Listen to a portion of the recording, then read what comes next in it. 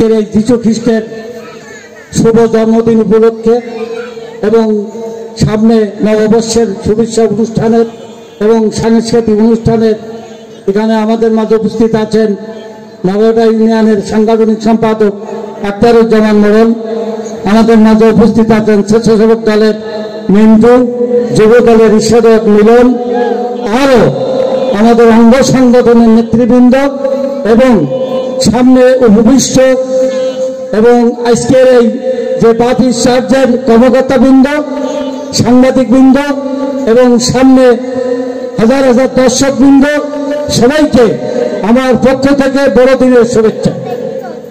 আসলে আমরা দীর্ঘ প্রায় 10টি বছর 2024 সালের 5ই আগস্টের পরে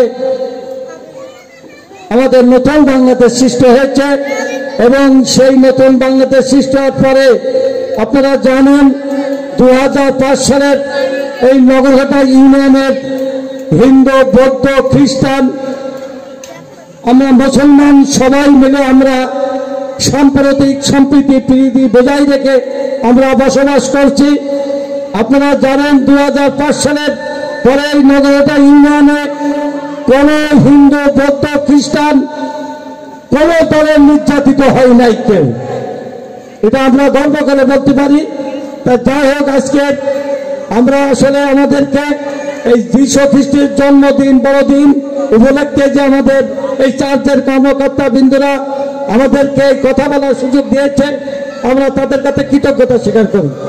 যাই হোক, এই যীশু খ্রিস্টের জন্মদিন 25শে ডিসেম্বর তিনি এই ধরাধামে চলে আসছিলেন, তার আজকের এই তারই নিয়ে আলোচনা এবং আজকের এই সাংস্কৃতিক অনুষ্ঠান।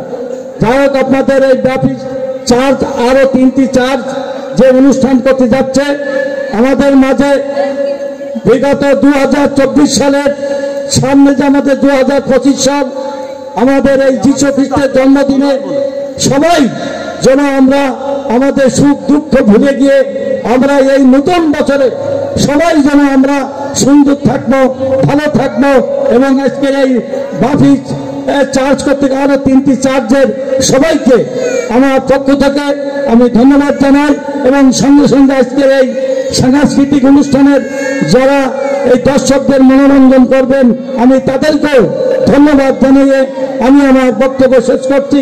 সবাই ভালো থাকুন, ধন্যবাদ। শুভ উদ্বোধন ঘোষণা করতেন। আর আজকের এই 25শে ডিসেম্বর যীশু খ্রিস্টের শুভ জন্মদিন উপলক্ষে আমি আজকের এখানেই এই বড়দিন এবং আজকের এই সাংস্কৃতিক অনুষ্ঠানের শুভ সূচনা ঘোষণা করছি। ধন্যবাদ। ধন্যবাদ ভাইকে, ভাই সুন্দর আমাদের কথা বলেছে। তো আমরা শিল্পীগণকে